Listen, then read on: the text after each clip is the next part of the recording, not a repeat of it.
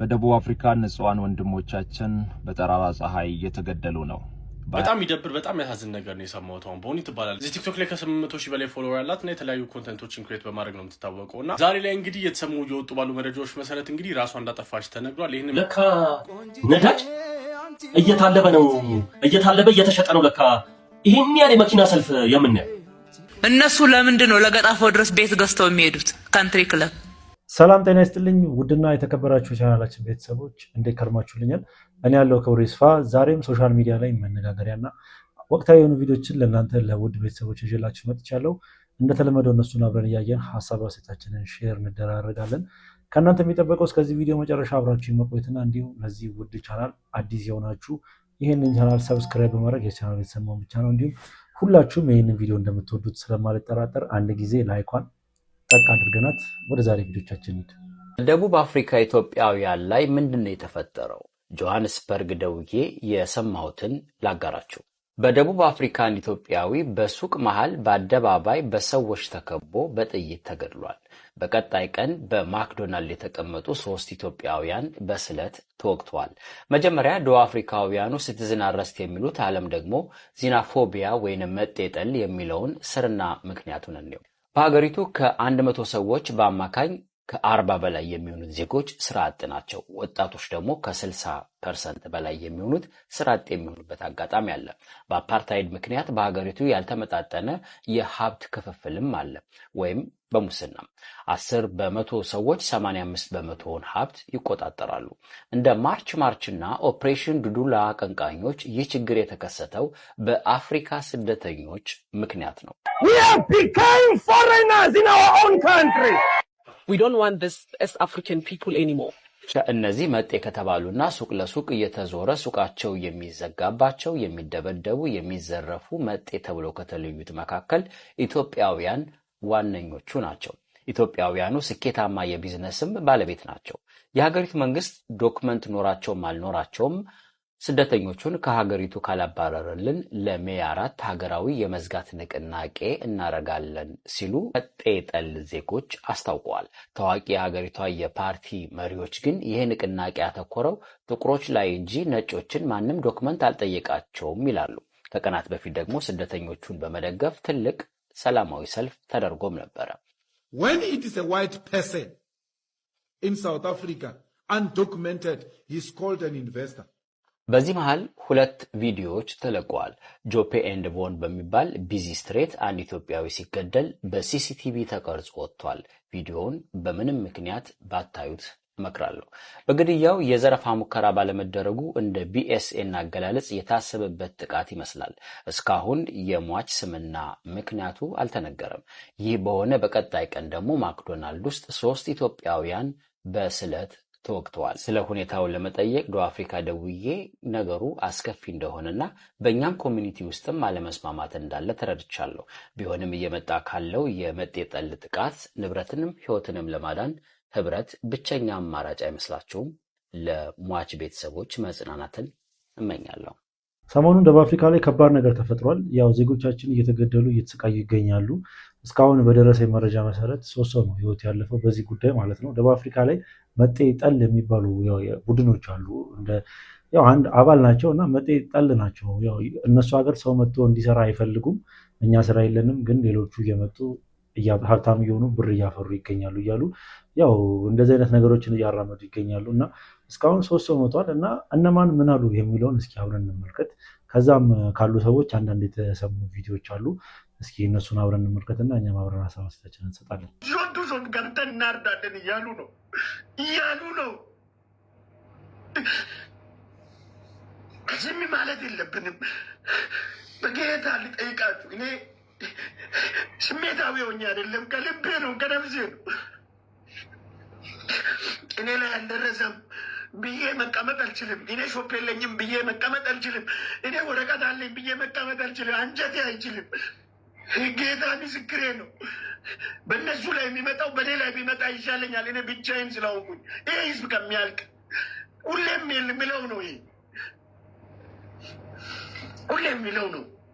ስለዚህ እንጸልይ ነው። አሁን ሌላ ነገር አይደለም። ለሚዲያ ታይታ አይደለም። ሌላ ነገር የምትናገሩ ሰዎች ካላችሁ ትቀሰፋላችሁ። እግዚአብሔር ይቀስፋችኋል። እኔ ከልቤ ነው። ይህን ሚዲያ እግዚአብሔር ከሰጠን በዚህ እንጸልይ፣ ተጠቅመን እንጸልይ፣ በየሃይማኖቱ እንጸልይ ወገኖች። እንግዲህ ነገሮች ወደ አሳሳቢ ደረጃ እየደረሱ ይገኛሉ።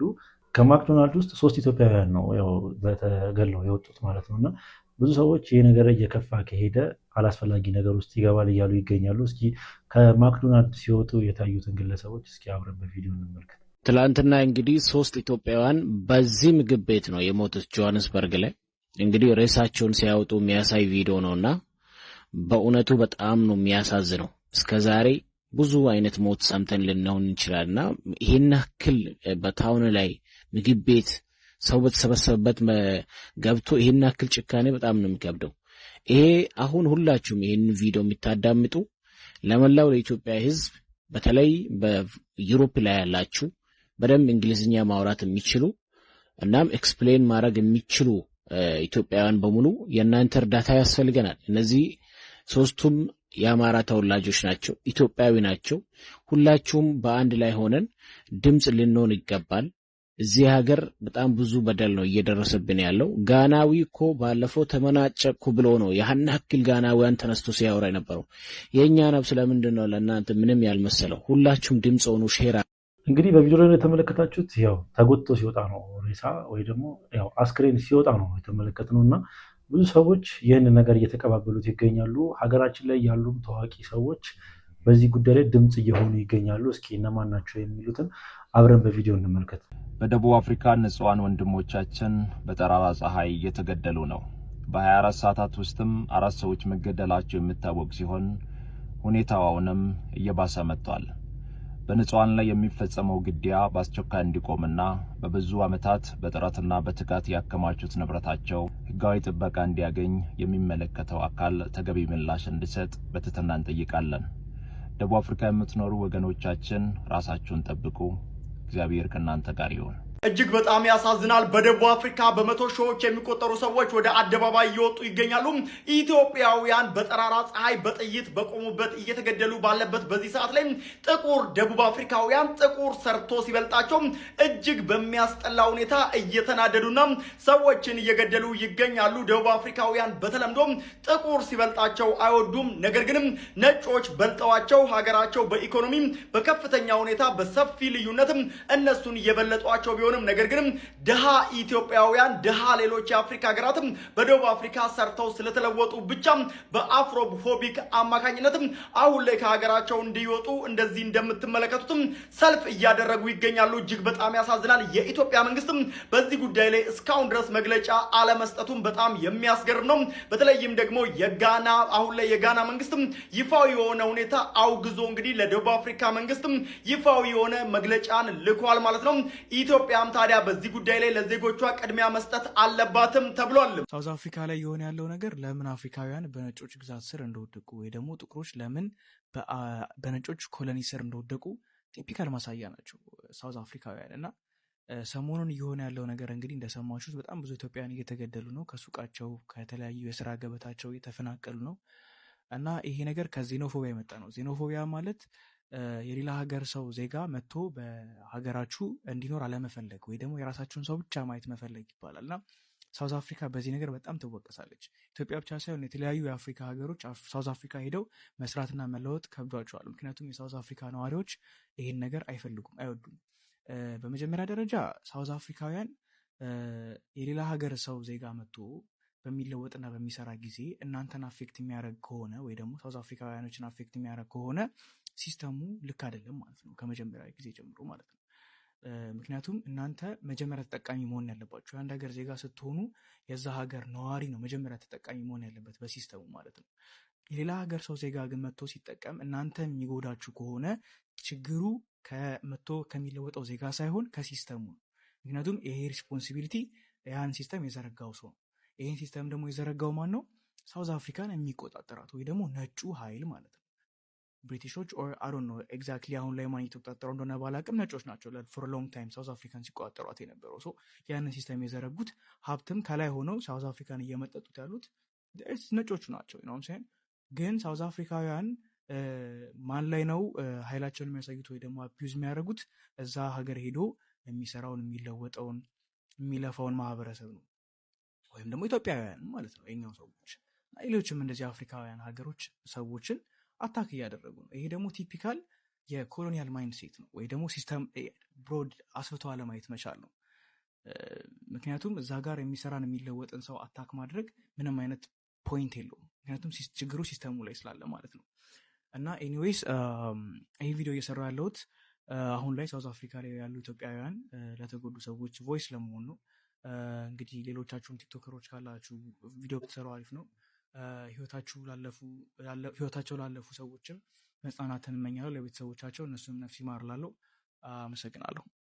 በደቡብ አፍሪካ የሚገኙ ኢትዮጵያን ዜጎቻችን ከፍተኛ የሆነ ችግር ውስጥ ገብቷል። ብዙ ሰዎች እየተገደሉ ይገኛሉ፣ እጅግ በጣም አሰቃቂ በሆነ ሁኔታ። የደቡብ አፍሪካን አፓርታይድ ለመገልበጥ ትልቅ የሆነ ሚና የተጫወቱትን ኔልሰን ማንዴላን ኢትዮጵያ ድረስ በማምጣት ስልጠና የሰጠችውና አፓርታይድ እንዲገርስ ትልቅ ሚና የተጫወተችው ኢትዮጵያ የኢትዮጵያ ዜጎች በደቡብ አፍሪካ ከፍተኛ የሆነ ግድያ እየገጠማቸው ነው። ታዲያ በትናንትናው ዕለትም ለሰይፉ ፋንታሁን እዛው ሀገር የሚገኝ የኢትዮጵያን ኮሚኒቲ ባልደረባ እንደገለጸው ከሆነ እጅግ በጣም ከባድ የሆነ ሁኔታ ውስጥ ኢትዮጵያኖች ገብተዋል። ይህም ሁኔታ እስካሁን ከታዩት ግድያዎች እጅግ በጣም የበረታና ፈጦ የወጣና በፐብሊክ ማለትም ሰዎች በተሰበሰቡበት ጭምር የሚደረግ ግድያ ነው። ብዙም ኢትዮጵያኖች ይህንን ፍራቻ የተለያዩ ሱቆቻቸውን ጥለው ንብረቶቻቸውን ጥለው እየተሰደዱ ይገኛሉ። የደቡብ አፍሪካ መንግስትም እነዚህን ኢትዮጵያኖች ፕሮቴክት ማድረግ አልቻለም። ኢትዮጵያኖችን በከባድ ሁኔታ ውስጥ እንደሚገኙ ተናግረው ለሰይፉ ፋንታሁን በተጨማሪም እንግዲህ የኢትዮጵያ መንግስትም ከፍተኛ የሆነ የዲፕሎማሲ ግንኙነት ከደቡብ አፍሪካ ጋር በማድረግ ለዚህ ከፍተኛ ለሆነ ችግርና ከዚህ በፊት ታይቶ ለማይታወቅ ከፍተኛ ችግር መፍትሄ እንዲሰጥ ጥያቄ አቅርበዋል። በደቡብ አፍሪካም ብዛት ያላቸው ኢትዮጵያኖች ይገኛሉ። ቁጥራቸውም እንደሚገመተው ከሆነ ወደ 500,000 ይደርሳል። ከዚህ ውስጥም እንግዲህ ህጋዊ የሆነ ወረቀት ያላቸው አሉ። በተጨማሪም ደግሞ ህገወጥ የሆኑ ኢትዮጵያኖች አሉ። ሁሉንም ኢትዮጵያኖች ላይ ያነጣጠረ ጥቃት ነው እየተደረገ ያለው። የኮሚኒቲውን ባልደረባ እንደተናገሩት ከሆነ እንደዚህ አይነት እርምጃዎች በተለያዩ የአፍሪካ ሀገራት ዜጎች ላይ ይከሰታል። የነዚህ ሀገራት መንግስትም ማለትም ስፔሻሊ ጋና ከደቡብ አፍሪካ መንግስት ጋር ኔጎሼት በማድረግ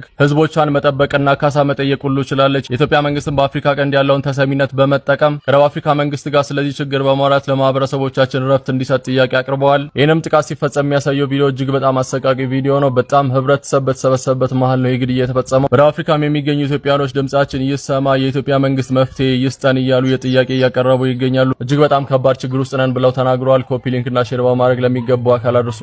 እንግዲህ በቪዲዮ ላይ እንደተመለከታችሁት ታዋቂ የተባሉ ግለሰቦች፣ ተጽዕኖ መፍጠር የሚችሉ ግለሰቦች በሶሻል ሚዲያ ገጻቸው ላይ እያጋሩ ይገኛሉ፣ ድምጽ እየሆኗቸው ይገኛሉ። እና እኛም በተቻለ መጠን መርዳት የምንችለው እዚህ ሆነን በዚህ ይመስለኛል ድምጽ መሆን አለብን። የሚለቀቁትን ቪዲዮዎች ሼር በማድረግ ለሁሉም እዛ ለሚገኙ ሰዎች ማስጠንቀቂያ መስጠት ይኖርብናል ብዬ አስባለሁ። እስኪ እናንተ ምን አይነት ሀሳብ አስተያየት አላችሁ? በዚህ ቪዲዮ ምን ተሰማችሁ? ሀሳባችሁን ኮሜንት ሴክሽን ላይ አስቀምጡልኝ። ወደ ቀጣይ ቪዲዮችን ስንሄድ ደግሞ ሰሞኑን መነጋገሪያ ከነበረው ከቴዲ አፍሮ ጉዳይ ሳንወጣ አዳነች አቤቤ ለቴዲ አፍሮ መልስ የሚመስል መልእክት አስተላልፋለች። እስኪ ምንድን ነው የሚለውን አብረን እንመልከት። እነሱ ለምንድን ነው ለገጣፎ ድረስ ቤት ገዝተው የሚሄዱት? ካንትሪ ክለብ መሀል አዲስ አበባ ነው እንዴ? ለገጣፎ ጨዋታው ግልጽ ነው። ከበርቻቻ ጨፋራ ነው። እኛ ስላረግነው ነው ዝቅ የሚለው። ቁልፍ ስላስረከብን ጠርተን እኔ ካላወካሁት የሚል ነው። ሁለተኛ ሆድ ማስባስ በቀላሉ ይሄንን ህዝብ ይቻላል እያሉ ህዝቡ ነቅቶ የደረሰበት ደረጃ ላይ ያልደረሱ። ደስ የሚለኝ ነገር ነዋሪዎቹ አያወዳድሩትም። የሰራነው ለነሱ ነው። እነሱ ከገባቸው ይበቃናል። የትኛው ነዋሪ ነው ቤቱ ተገንብቶለት ቤቱ ተመልሶ ያልገባው? ማን የገባበት? ከየት መጥቶ? እስኪ ከሌላ ቦታ መጥቶ እነኚህ ቤቶች ውስጥ የገባውን ሰው ኢንተርቪው አድርጎ በራሳቸው ያቀርቡ። እነኚህ የሚከራከሩ ሰዎች እንማርበታለን። እነሱ ለምንድን ነው ለገጣፎ ድረስ ቤት ገዝተው የሚሄዱት? ካንትሪ ክለብ መሀል አዲስ አበባ ነው እንዴ? ለገጣፎ ክብርት ከንቲባ ልክ ኖት። ብዙ አርቲስቶች አዲስ አበባ ከመኖር ይልቅ ለገጣፎ መኖር ይመርጣሉ። ባለው ተጨባጭ ሁኔታም ለገጣፎ ብዙ አርቲስቶች ይኖራሉ። እነዚህ አርቲስቶች የትራንስፖርት ጉዳይ ማተር ያደርጋቸዋል ወይ? የሥራ ቦታ ጉዳይ ማተር ያደርጋቸዋል ወይ? የገቢ ምንጫቸውና ሶሻል መስተጋብራቸው ካሉበት ቦታ አንፃር ማተር ያደርጋሉ ወይ የሚለውን ነገር አነጻጽረው ነው ወይ የሚያወሩት ወይስ ከቦታ አንፃር ብቻ ነው የሚያወሩት? ለምሳሌ ከፒያሳ ተፈናቅላ ገላን ጉራ ሄደች አንድ ጉሊት ቸርችላ ልጆቿን የምታሳድግ እናት ጫጫታና ሁካታ ደብሮት ለገጣፎ ሄዶ ከሚኖር አርቲስት ጋር ማነጻጸሩ ልክ ነው ወይ? ማለት ስናነጻጽር ከቦታና ከርቀት አንፃር ብቻ ነው ወይ? ቴዲ አፍሮንም ሊሆን ይችላል፣ ያው የዘፈነው ቴዲ አፍሮ ስለሆነ፣ ፕላስ ደግሞ ሌሎችንም አርቲስቶች ሊሆን ይችላል። እነሱ ከለገጣፎ ተነስተው አዲስ አበባ ለመምጣት የትራንስፖርት ጉዳይ ማተር አያደርጋቸውም። በፈለጉት ሰዓት የፈለጉት ቦታ መገኘት ይችላሉ። ከፒያሳና ከካዛንቺስ ተፈናቅለው ጥግ ጥግ ያሉ ቦታዎች ላይ ሄደው የሰፈሩ ሰዎች መሃል ከተማ በጊዜ ለስራ ለመድረስ ስንት ሰዓት ነው ተነስተው ታክሲ እየተሰለፉ ያሉት? ሌላውና ተጨማሪው እነዚህ ሰዎች የጥበብ ሰዎች ናቸው። ጥበብ ደግሞ ከውካታና ከጫጫታ ጋር አብራ አትሄድም። አዲስ አበባ መኖር ለጥበብ ሰዎች ከፈጠራና ከክሬቲቪቲ አንፃር የራሱ የሆነ ተጽዕኖ ሊኖረው ይችላል። ስለዚህ ሜቢ ከአዲስ አበባ ወጥቶ ለገጣፎ መኖር ለጸጥታ፣ ለመመሰጥና ለተለያየ ነገር ጸጥ ያለና የተረጋጋ ቦታ መኖር አለባቸው። አርቲስቶቹ ከዛም መንገድ አይተውት ለገጣፎ ይኖራሉ። ግን ከፒያሳ አንስታችሁ ገላን ጉራ የወሰዳችኋት ጉሊት ቸርችራ ልጆቿን የምታሳድግ እናት ከትራንስፖርት ከላይፍ ስታይል ከተለያየ ነገር አንፃር አዲስ አበባ ጥግ ወስዳችሁ እነሱን መበተናችሁ የራሱ የሆነ ማህበረሰባዊ ተጽዕኖ አምጥቷል። ይህንን አምናችሁ ሂሳችሁን ውጣችሁ ከዚህ በኋላ በመታደርጉት ነገር ላለመድገም የእርምት እርምጃ በመውሰድ ፈንታ ከአፈርኩ አይመልሰኝ አይነት አካሄድን እስከመቼ መርጣችሁ እንደምትቀጥሉበት አይገባንም። እንግዲህ ይሄ ንግግሯ ብዙዎች ለቴዲ አፍሮ ነው እያሉ ይገኛሉ እና ያው የሷ ማገላለጽ ዳሪ ብትወጡ ተወዳችሁ አይደለም ብቻ የተናገረችውን ንግግር ብዙ ለቴዲ አፍሮ ነው እያሉ ይገኛሉ። በትላንትናው ዕለት ስብሰባ ነበራቸውና ይህ ንግግሯ በትላንትናው ዕለት የተነገረ ንግግር ነው። እስኪ እናንተ ባዳነች አቤቤ አስተያየት ምን ትላላችሁ? ሀሳባችሁን ኮሜንት ሴክሽን ላይ አስቀምጡልኝ። በቴዲ አፍሮ ጉዳይ ሁላችሁም ሰሞኑን አዲስ ነገር ለመስማት ተዘጋጁ።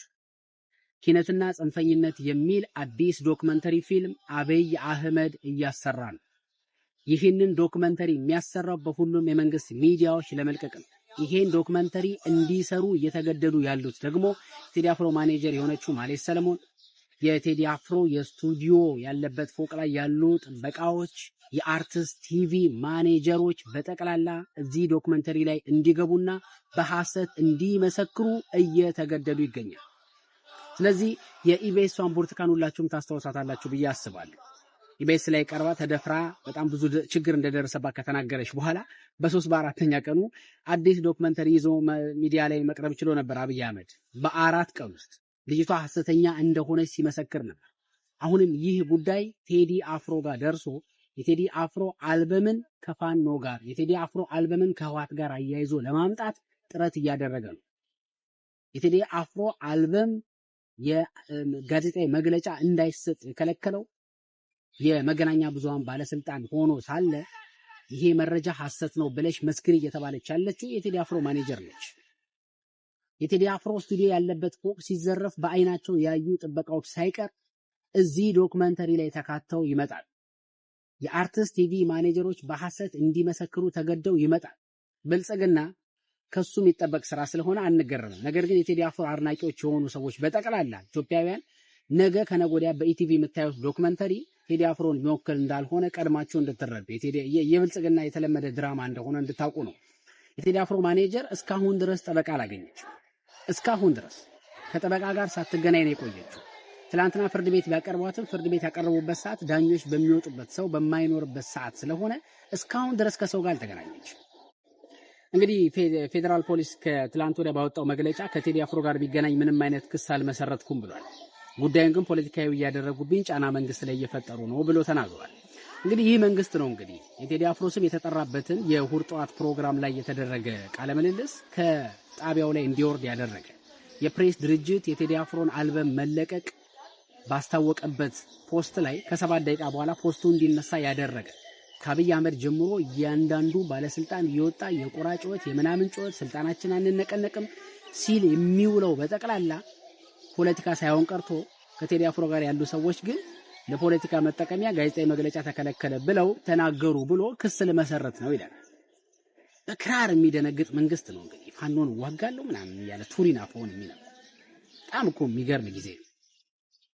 በአገራችን ከዚህም በፊት እንዳየነው አንድ ትልቅ ኢቨንት ከተከሰተ በኋላ መንግስት ተቀባይነቴን ያሳጣኛል ወይም ደግሞ ተቃውሞ ያስነሳብኛል ብሎ ከፈራ አንድ ነገር ያደርጋል። ያው ከዚህ በፊት በለመድነው ትሬንድ መሰረት ነው ዶክመንተሪ ይሰራል። እንደተለመደው ዶክመንተሪ ይሰራል። አሁንም ሰሞኑን ባየሁት መረጃ መሰረት በተለይ ደግሞ በጣም ታማኝ መረጃዎችን ይዞ በመውጣት የሚታወቀው ጋዜጠኛ ኤልያስ መሰረት አንድ ጽሑፍ አጋርቶ ነበር። እሱም ጽሑፍ ምንድነው? የቴዲ አፍሮ ምክትል ማኔጀር እና የቅርብ ጓደኛው መታሰራቸው ይታወቃል። በታሰሩበት ቦታ ግን የቴዲ አፍሮ ምክትል ማኔጀር በሚሰራው ዶክመንተሪ ላይ ቴዲ አፍሮ ምንም አይነት መግለጫ እንዲሰጥ አለመከልከሉንና ያንንም ሆን ብለው ለማርኬቲንግ ፐርፐስ እንዳደረጉት እንድትናገር እየተገደደች ነው የሚል መረጃ በዚህ መልኩ አጋርቷል። እናንተ ምን ትላላችሁ? ኮሜንት ሴክሽን ላይ ጠብቃችኋለሁ። እኔ የሚመስለኝን ላጋራችሁ። ምናልባት እውነት ሆኖ መንግስት በዚህ ጉዳይ ላይ ዶክመንተሪ የሚሰራበት ከሆነ በእኔ አመለካከት ነጥብ ይጥላል። በጣም ነው ነጥብ የሚጥለው። ምክንያቱም መንግስት በደጋፊዎቹም በካድሬዎቹም በተለያየ መንገድ ስለ ቴዲ አፍሮ ብዙ ነገር አስነግሯል። እስካሁን ግን ከመሳቂያና ከመሳለቂያነት ምንም ያተረፉት የፖለቲካም የኢኮኖሚም ትርፍ የለም። ሜቢ አሁን ዶክመንተሪ ሰርተው የሚያወጡም ከሆነ ትልቅ የኢኮኖሚም የፖለቲካም ኪሳራ ነው የሚገጥማቸው ብዬ አስባለሁ። ቴዲ አፍሮ ተቀባይነቱን የገነባው በመግለጫዎች፣ በሀተታዎች፣ በጽሁፎች ሳይሆን ሪሊ ሰርቶ ሪሊ አድርጎ ነው። ስለዚህ የቴዲ አፍሮ መግለጫ መከልከል የቴዲ አፍሮን አልበም አያፈምሰውም፣ አለመከልከሉም ደግሞ አይጥለውም። ስለዚህ የቴዲ አፍሮ አድናቂዎች ማንን ያምናሉ? የታወቀ ነው። ሰላም ሰላም ሰላም፣ እንዴት ናችሁ? አማን ነው። ክብሩ ይስፋ ክብሩ ይስፋ። እናትና ልጁ እንግዲህ በቴዲ አፍሮ ጉዳይ ላይ ሁሌ የምናገራቸው ነገሮች አሉ። ሀቅና ሀቅ ነው። ስለዚህ አሁንም ደግሞ በጣም ይሄ መንግስት እኔ ግራ የሚገባኝ ነገር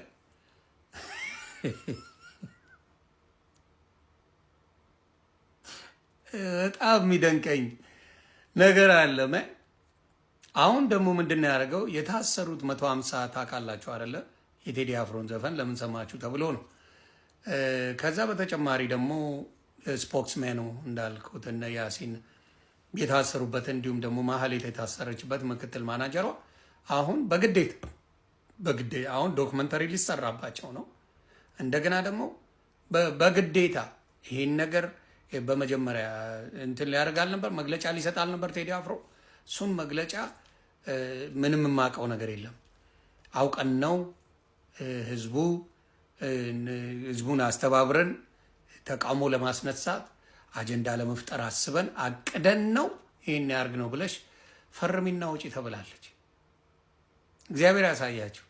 ሁለቱንም አውቀን አቅደን ይሄን መንግስት ለመበጥበጥ ሽብር ለመፍጠር በቴዲ አፍሮ ለመቃወም ብለን ነው ብለው እነሱም 150 የታሰሩትም እሷም እንደዛ ብለው እንዲወጡ ፈርመው እንዲወጡ አድርገው ከዛ ዶክመንተሪ ሊሰሩባቸው እያደረጉ ነው። እኔ የምላችሁ ምንድን ነው፣ እናንተ እንደዛ ብላችሁ እስር ቤት አትቆዩ። እኛ ግን እውነታውን ለህዝብ እናቀርባለን። እኛ ለህዝቡ እውነታውን እናገራለን። እናንተ ግን እስር ቤት ከምትሆኑ ወጥታችሁ ያለውን ነገር እኛ ስለምናቅላችሁ ተገዳችሁ እንደሆነ ዶክመንተሪ ስሩ ተብላችሁ እንደሆነ በደንብ ስለምናቅ ገስቦ ኢትስ ኦኬ ምንም ማለት አይደለም። ግን መንግስት ይህን ያህል ሙዚቃ አልፈራም፣ መንግስታችን ጠንካራ ነው፣ መንግስታችን እንደዚህ ነው፣ መንግስታችን በዚህ ወጥቶ በዚህ ገብቶ የሚባለው ድንፋታው ያው ዜሮ እንደገባ የምታዩት ነገር ነው። ስለዚህ አሁንም ለህዝብ የምናገረው ነገር ምንድን ነው፣ እነዚህ ሰዎች በማዳመጣቸው እንዲሁም ደግሞ የቴዲ አሲስታንት ማናጀር በመሆኗ ከዛም ቀጥሎ የቴዲ ጓደኛና ስፖክስማን ስለሆነ የታሰሩ እንደሆኑ እንድታቆልን ነው። መንግስት ይህንን ነገር አግቦ ዶክመንተሪ ለመስራት እያቀደ ነው ለማለት ነው። እና ብልጽግና በርቱ በርቱ በርቱ። በዚህ ሁኔታችሁ እንኳን ሀገር ቀበሌ መምራት አቅም እንደሌላችሁ እያሳያችሁ ስለሆነ በርቱ ላችኋለሁ። ቤተሰብ በሙሉ ኮፒ ሊንክ ሼር በማድረግ ይሄን ለሁሉ እንዲደርስ አድርጉልኝ። ይመቻችሁ። ከዚህ ቀደም ካስተዋላችሁ ሁለት ፋኖች አዲስ አበባ ላይ ተገኝተው ይመስለኛል። ያው አንደኛው እንደውም ናሁሰና እየተባለው ፋኖ የተገደለው ማለት ነው። ከተገደለው ጋር አብሮ የነበረው ጓደኛው ልክ ሲያዝ እንደዚሁ ልክ ዶክሜንተሪ ተዘጋጅቶ ብዙ ሰዎች ውሸት ነው ይህንን ነገር አላደረገም እያሉ ዶክሜንተሪ ላይ የተናገረውን ነገር እየተቃወሙ ነበር። እና ይህ ነገር በቴዲ አፍሮ ሊደገም ነው እየተባለ ነው። የቴዲ አፍሮ ማናጀሩና የቅርብ ጓደኛው እንደ ዶክሜንተሪ ነገር ሊሰራባቸው ነው እና በዙሪያው ያሉ ግለሰቦች በሙሉ እንደ ዶክሜንተሪ አድርገው ይህ ነገር እንዳልተፈጠረ አድርገው ሊያወሩ ነው እያሉ ይገኛሉ። እና እናንተ እስኪ በዚህ ቪዲዮ ላይ ማለት ሀሳብ አላችሁ? ሀሳባችሁን ኮሜንት ሴክሽን ላይ አስቀምጡ። የቴዲ ያው እንደ ዘፋኝ ዘፈን ዘፈነ እንደ ዘፋኝ መብቱ ነው። የመሰለውን መዝፈን መብቱ ነው። ለምን ዘፈነ ብለን አንልም።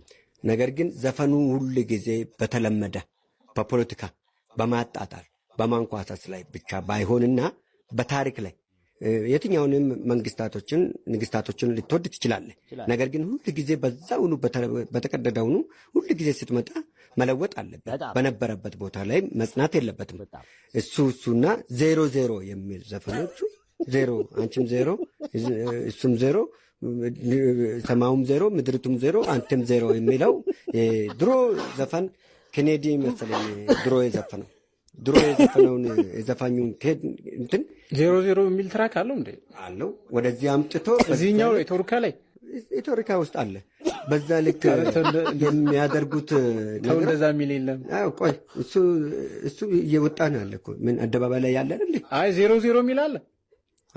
ኧረ ተው። እሺ ያንንም ሁሉ ከዳስ ህንፃ ላይ የገቡት ሰዎች ዳስ ጣል ብሎ የለመድክበት ቦታ ላይ ጩና ጫጩ ብሎ ማለቱ አግባብ አይደለም። እነኚህ ደግሞ መልስ የሰጡት 24 ሰዓት ባልሞላ ጊዜ ውስጥ ግጥሙ በአማርኛም በኦሮምኛም አድርጎ ያመጡት። እኔ እንደውም አንድ ነገር ተጠራጠርኩት። ምን እንደውም ቴዲና እነኚህ መልስ ሰጪዎች አስቀድሞውኑ አብሮ እያጠኑ ነበረ። እያጠኑ ነበረ ወይ? በ24 ሰዓት መልስ መሰጠቱ በ24 ሰዓት ውስጥ በግጥም ነው የተሰጠው። በግጥም ሁለተኛ እንደ ቀላል አይደለም። ክሊፕ ያ ሁሉ ክሊፕ ተቀናጃጅቶ ምን ተብሎ በጣም የተቆየበት ነው። በስሎ ነው ያኛውም የወጣ በጣም የሱም የቆየበት ነው፣ የበሰለበት ነው። በበሰለ መልክ ነው የመጣ። በጣም እነሱም ያመጡት ደግሞ ይበልጥ የበሰለ መልኩን አመጡት። ሆኖም ግን መልስ ተሰጣጡ ጥሩ ነው። በርገር የሚለው ለምን ሰየሙ? አሁን ወደ ኢትዮጵያ መጥቶ ከኢትዮጵያ የኢትዮጵያን እንጀራ ጠግቦ ወደ ውጭ ሀገር ሆኖ በርገር ለጀመሩት ሊሆን ይችላል። በተረፈ ግን ግን የሚለው ግጥሙ ምንድን ነው? አገር ውስጥ ላሉት ግን ውስጡን ነው ቃናችሁ ለበርገር ነው እኔ እየተናገርኩ ያለሁት የውስጡን ነው። ሌላኛውን አንተ እየነገርከኛለህ። የውስጡን ነው ያልኩ ያለሁት እንጂ የላኛውማ ግልጽ አማርኛ ነው። ቁጭ ብሏል ደፍነው ተጠቅልሎ ሾላ በድፍኑ ቁጭ ብሎ ውስጡ ግን ለምንድን ነው በርገር ላይ ያቆሙት? ለቁርጥም አበቃን ለውስኪም አበቃን ለምን አይሉም? እቺ መጨመር እዛ ውስጥ አለች። በርገሯን ነው እንጂ ያነበብነው እኛ ቁርጥም ውስኪም ህንፃዎችም ልማቱንም ሁሉም ነገርን አዲስ ሀገር ላይ አኖርናቸው እኛ በከፈልናቸው ዋጋቸው። ለምሳሌ ገላና ጋሩምሳን በል የውሳን ጌታውንም በል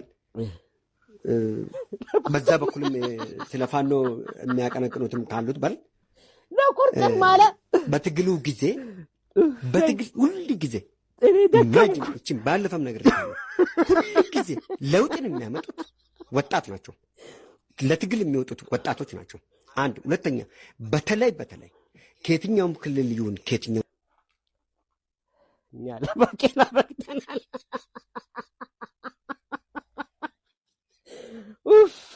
በሉቻው ብዙ ሰዎች በዚህ መልኩ ነው የሚረዱት። የቴዲ አፍሮን አልበም በዚህ መልኩ ነው እየተረዱት ያሉት ብዬ ነው የማስበው። ምክንያቱም ያው አብይ 00 የሚል ዘፈን አለው ብሎ ይሄ ግለሰብ ሶሻል ሚዲያ ላይ የሚታወቅ ነው እና ሰኚ በሚባል የቲክቶክ ስም የሚታወቅ ግለሰብ ነው። አብይ 00 የሚል ዘፈን አለው እያለ ነው የሚገኘው እና አብይ 00 የሚል ዘፈን አለ፣ ግን የቴዲ አፍሮ አይደለም፣ በኤአይ የተሰራ ነው።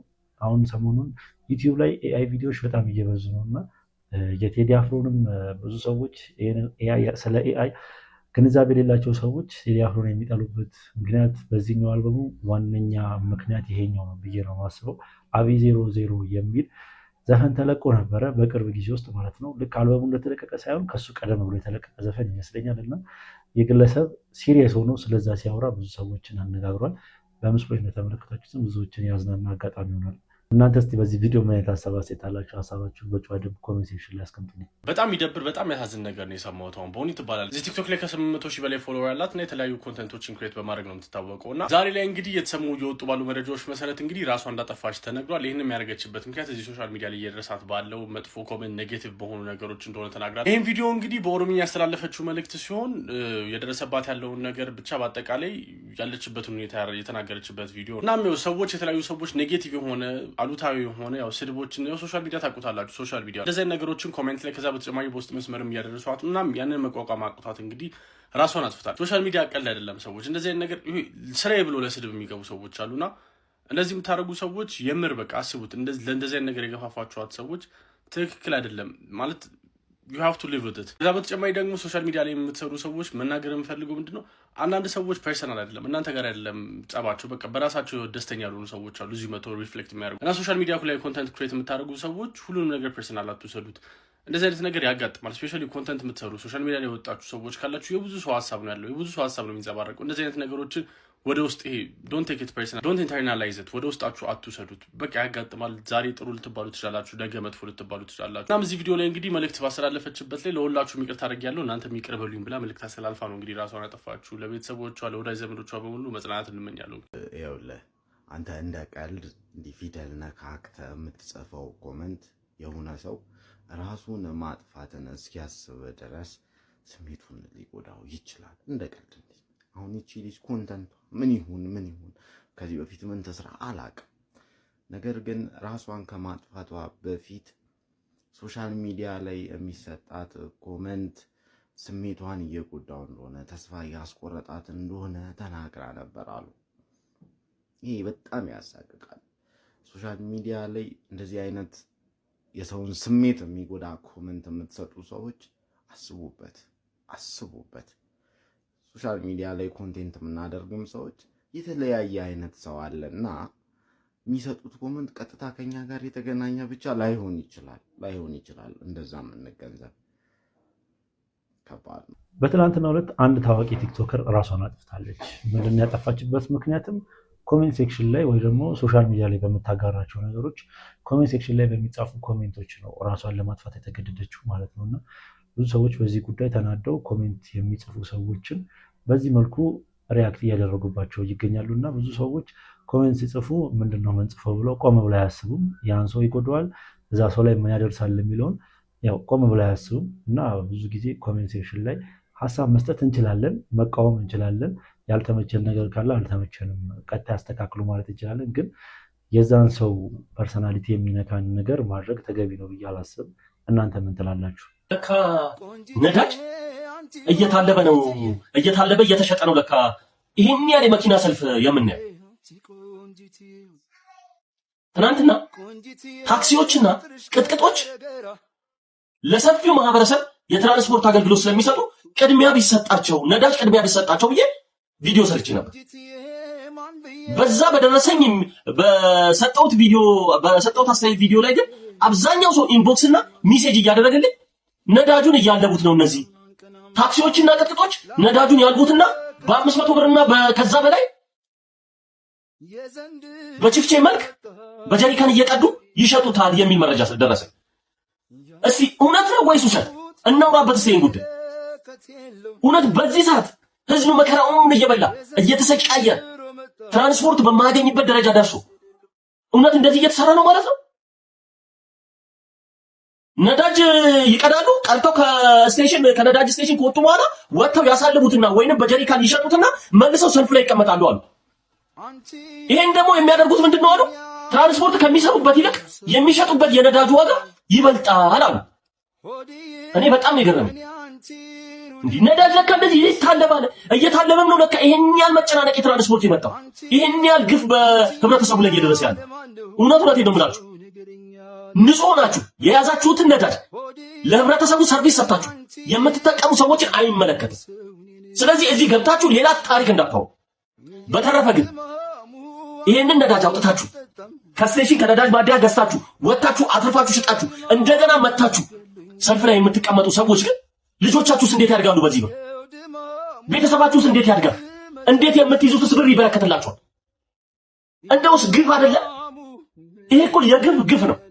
ከፍተኛ የነዳጅ እጥረት ባለበት ጊዜ ላይ እናንተ ወጣችሁ 500 ብር የምትሸጡት ከሆነ በ170 ብር ገዝታችሁ 500 ብር የምትሸጡ ከሆነ እኔ በጣም ነው ማዝን። እውነት በጣም ነው የሚያሳዝን። ስለዚህ ነዳጅ እያለባችሁ ነው ማለት ነው። ንጹዎችን አይመለከትም። አሁን የሚመለከታችሁ ታውቃላችሁ። እንደዚህ የምታደርጉ ከሆነ እውነት ከሰውነት በታችሁ ወርዳችሁ። በጣም ነው የሚያሳዝነው። በዛ ላይ ነዳጅ ቀጂዎች እዛ ስቴሽን ላይ የሚሰሩ ነዳጅ ቀጆች በከፍተኛ ብር ወረፋ እያስያዙ እንደሚሸጡ ሁሉ ኢንቦክስ ደርሶኛል። በጣም ነው የሚያሳዝነው። ነዳጅ ታለበ እኮ እንደ ላሞች እየታለበ በጀሪካን ይሸጣል ማለት ነው። ጉድ ነው ዘንድሮ፣ ጉድ ነው እያየን ያለነው። እስቲ አስተያየታችሁን ስጡኝ። እስቲ የተመለከታችሁ የታዘባችሁትን አስተያየት ስጡኝ። እውነት ይሄ ነገር ሪል ነው? በጣም ያሳዝናል፣ በጣም ያሳዝናል። እንግዲህ በቪዲዮ ላይ እንደተመለከታችሁት ሹፌሮች ወይ ደግሞ የታክሲ ሹፌሮች ይቀዱና ለራሳቸው ለህዝቡ እየወሰዱ ለሌላ ሰው ይሸጣሉ እና ህዝቡ በአሁኑ ሰዓት ላይ በጣም ስቃይ ላይ ያለው ማለት ይቻላል። ያው ቀን ወጥቶ ማታ የሚገባ ሰው ስራው ነው የሚመለስ ሰው መግቢያና መውጫው ሰዓቱን እንዴት እንደሚያሳልፍ እኔ በጣም ነው የሚከብደኝ ማለት ነው። እኔ በግሌ የተረዳሁት ነገር ስላለ ነው። እናንተም ይህንን ነገር ትረዱታላችሁ ብዬ አስባለሁ። የትራንስፖርት መጨናነቁ በጣም ከባድ ሆኗል። ምንም ነው የማይገኘው ማለት ይቻላል። ታክሲ ቢገኝ እንኳን ብሩ በጣም ከፍተኛ ነው። እጥፉላ የሚጠየቅበት ታይም አለ እና ይህ ነገር አግባብ አይደለም ብዬ ነው የማስበው። ያው ሹፌሮች እንደሚቸገሩ ሙሉ ለሙሉ ይሰርቃሉ ማለት ሳይሆን እንደሚቸገሩ ሹፌሮች ግልጽ ነው። ግን ህብረተሰቡ ነው በጣም እየተጎዳ ያለው በመሃል እና በትናንትናው ዕለትም አንድ የተሰማ የምስራች አለ። ያው በዚህ በነዳጅ ጉዳይ እስኪ ምንድነው የሚለውን አብረን እንመልከት። የነዳጅ ሰልፍ ለአማራራቸው ወይም ደግሞ ለሹፌሮች ብቻ ሳይሆን ለሁላችንም እጅግ በጣም አስደሳች የሆነ ዜና ነው የተሰማው። ከዚህ በኋላ የነዳጅ ሰልፍም ሆነ የነዳጅ እጥረት የሚባል ነገር የለም። ምክንያቱም ደግሞ የገንዘብ ሚኒስቴር በዛሬው ዕለት እንዳወጣው መግለጫ ከሆነ ከዚህ ቀደም ይሰጥ እንደነበረው እንዲሁም ደግሞ የነዳጅ አቅርቦት ማለት ነው ከዚህ ቀደም እንደነበረው በትክክል ይሰጣል። እንደሚታወቀው የመካከለኛው ምስራቅ ጦርነት ከተጀመረ በኋላ ከፍተኛ የሆነ የዋጋ ጭማሪ እንዲሁም ደግሞ የአቅርቦት እጥረት ተከስቶ እንደነበረ የሚታወቅ ነገር ነው። ይህንን ተከትሎ እንግዲህ ኢትዮጵያ ከዚህ ቀደም በቀን 9 ሚሊዮን ሊትር ነዳጅን የምትጠቀም እንዲሁም ደግሞ የምታቀርብ ቢሆንም በዚህኛው ጉዳይ ምክንያት ማለት ነው በቀን በግማሽ ቀንሶ 4.5 ሚሊዮን ሊትር ብቻ ነበር የሚቀርበው። በዚህ ምክንያት በከተማዎች ላይ ትልልቅ የሚባሉ የነዳጅ ሰልፎችን ስናይ ነበር የከረም ነው። ነገር ግን ከዚህ በኋላ ማለት ነው ልክ እንደ በፊቱ 9 ሚሊዮን ሊትር በቀን ነዳጅ እናቀርባለን፣ የነዳጅ ሰልፍም ሆነ የነዳጅ እጥረት የለም ሲሉ የገንዘብ ሚኒስቴር በዛሬው ዕለት መግለጫዎችን እያወጣ የሚገኘው እጅግ በጣም አስደሳች የሆነ ዜና ነው። በተለይም ደግሞ በነዳጅ ሰልፍ ለተማረራቸው እንዲሁም ደግሞ ነዳጅ ለምትጠቀሙ መኪኖችና በአጠቃላይ ለሁላችንም እጅግ በጣም ደስ የሚል ዜና ነው። በዚህ ጉዳይ ላይ አዳዲስ መረጃዎችን የማገኝ ከሆነ አሁን ማጋራቸው ላይ ፕለስ ምርቷን ታዲያ መጫናችሁን አትርሱ። መልካም ቀን ይሁንላችሁ። በቪዲዮ ላይ እንደተመለከታችሁት ያው ነዳጅ ያው በሰፊው እየገባ ነው እና ህብረተሰቡ ላይቸገር ይችላል፣ መቸገር ሊያቆም ነው እያሉ ይገኛሉ ብዙ ሰዎች እና ይህ ነገር እውነት ይሁን ውሸት እስቲ አብረን የምንመለከት ይሆናል። አንዳንዴ መንግስት ኢኮኖሚን ለማረጋጋት እንደዚህ አይነት ነገር ስለሚያደርግ ማለት ነው። በስንቱ ድራማ በቻናል 1 ቲቪ አንድ ክፍል ከታየ በኋላ እንዳይቀርብ በፍርድ ቤት ታገደ። ይህ የሆነው ከድራማው ጋር በተያያዘ ኢቢኤስ ቴሌቪዥንና አብሪኮ መልቲሚዲያ መካከል የተፈጠረው አለመግባባት ወደ ፍርድ ቤት ካመራ በኋላ ነው ተብሏል። በኢቢኤስ ቴሌቪዥን ለ3 ዓመታት ያህል ሲተላለፍ የነበረው በስንቱ የተሰኘው የቲቪ ድራማ ከሚያዝያ 4 ቀን 2018 ዓ.ም ጀምሮ በቻናል 1 ኢትዮጵያ ጣቢያ ላይ መታየት ጀምሮ ነበር። ይሁን እንጂ ድራማው ከአንድ ክፍል በላይ ሊታይ ሳይችል ቀርቷል። ይህ የሆነው ኢቢኤስ ቴሌቪዥን ከድራማው የባለቤትነት መብት ጋር ተያይዞ የፍርድ ቤት እግድ በማምጣቱ እንደሆነ ሲታወቅ እግዱን ተከትሎ በቀጣይ ሊሰሩ የነበሩ የድራማው ቀረጻዎች ለጊዜው እንደቆሙና አርቲስቶቹም ይህ እንደተነገራቸው ሰምተናል። ይህ በእንዲህ እንዳለ አብሪኮ መልቲሚዲያ ኢቢኤስ ቲቪ ላይ የፍትሐ ብሔር ክስ ማቅረቡ ታውቋል። በከፍተኛው ፍርድ ቤት ልደታ ምድብ አንደኛ ችሎት የሁለቱን ወገኖች ክስ ለመስማት ለግንቦት 20 ቀን 2018 ዓ.ም ቀጠሮ እንደሰጠ ፍርድ ቤቱ ወጪ ካደረገው ሰነድ ላይ ተመልክተናል። በስንቱ ሲትኮም ድራማ እንግዲህ ቻናል 1 ላይ አንድ ፕሮግራም ብቻ ካቀረበ በኋላ መታገዱ ተሰምቷል ማለት ነውና ይህ ነገር ለበስንቱ ድራማ አፍቃሪዎች ጥሩ መረጃ አይመስለኝም። እናንተ እስኪ ምን ተሰማችሁ? የበስንቱ አፍቃሪ ወይ ደግሞ የበስንቱ ድራማ ተከታታይ ከሆናችሁ ማለት ነው። ቴዲ አፍሮን ብትጠሉት ምንም ባትወዱት እንኳን ለምን የግዴታ ማድነቅ እንዳለባችሁ 3 ምክንያት ልስጣችሁ። አንደኛ ዘፋኝ ብቻ አይደለም፣ ቴዲ የህዝቡ ድምጽ ነው። ቴዲ አፍሮ የኢትዮጵያን ታሪክ፣ የኢትዮጵያን ፖለቲካ፣ የህዝቡን ብሶትና ጥያቄ እጅግ በጣም በአማረ ዜማና ሙዚቃ ለጆሮ በሚቀልና በሚጣፍጥ ሁኔታ አድርጎ የህዝቡን ብሶት የሚተነፍስ ሀዘኑን የሚያስታግስና ሐሳቡን የሚያስተጋባ ሰው ነው። ሁለተኛ ቴዲ በቲቪ ሳይመላለስ በሶሻል ሚዲያ ኢዩን ሳይል በኢትዮጵያ ቀዳሚው ታዋቂ ሰው ከመሆኑም በላይ ሀገራችንንም አፍሪካንም በዓለም አቀፍ ደረጃ የሚያስተዋውቅ እንቁ አርቲስታችን ነው። ሶስተኛ ቴዲ ከ85 በላይ ሙሉ በሙሉ የራሱ ግጥምና ዜማ የሆኑ በ6 አልበም ውስጥ ያካተታቸው ለልብም ለጆሮም የሚጣፍጡ ሙዚቃዎች ባለቤት ነው። ለራሱ ብቻም አይደለም ለሀገራችን እጅግ አንጋፋና ታዋቂ ዘፋኞች እንደ ኃይልዬ ታደሰ፣ ዳዊት መለሰ፣ ኩኩ ሰብስቤ፣ ሻዋንዳይን ኃይሉ፣ ዳዊት ጽጌ፣ ልዑል ሲሳይ፣ ተመስገን ገብረ እግዚአብሔርና ሌሎችም ግጥምና ዜማን በመስጠት ለሀገራችን ሙዚቃ ከባድ አሻራ የሚያሳርፍ ሰው ነው። ልመርቅላችሁ የቴዲ ግጥሞች ለአንድ ሰው ሌላ ለሌላ ሰው ደግሞ ሌላ መልእክት የሚሰጡ ከባባድ ቅኔ የያዙ መስመሮች ናቸው። አማርኛን ተራቆባታል ነው ምላችሁ። እውነት ኢትዮጵያዊ ሆኖ ይህን ሰውዬ አለማድነቅ አይቻልም። እንግዲህ ቴዲ አፍሮ ሲባል በዚህ መልኩ ነው የምንገልጸው። ቴዲን ለማናውቀው ሰዎች ወይ ደግሞ የቴዲን ጥበብ ቴዲ አፍሮ ምን ሰርቶ ነው ለምን ሰዎች ይህንን መመልከት ይቻላል። ሲቀጥል እንደ ቴዲ አፍሮ እዚህ ሀገር ላይ ስለ ሀገር የዘፈነ ድምፃዊ አለ ብዬ አላስብም። በየአልበሞቹ ስለ ሀገር ስለ አንድነት ነው እንጂ የሚሰብከው ስለ መከፋፈል ይሰብካል ብዬ አላስብም። ለማንኛውም ምርጦች የዛሬ ቪዲዮቻችን እነኝን ይመስሉ ነበረ። ቪዲዮቻችን እንደተመቻችሁ ጥርጥር የለኝም። ቪዲዮ ከተመቻችሁ ላይክ፣ ሼር፣ ሰብስክራይብ ማድረግ እንዳይረሳ። በተለይ ሰብስክራይብ ማድረግ ቻናላችን ቤተሰቡ እንዳይረሳ። ሀሳብ አስተያየት ካላችሁ ኮሜንት ሴክሽን ላይ አስቀምጡልኝ። በቀጣይ ቪዲዮ እስክንገናኝ ድረስ ሰላም ቆዩልኝ።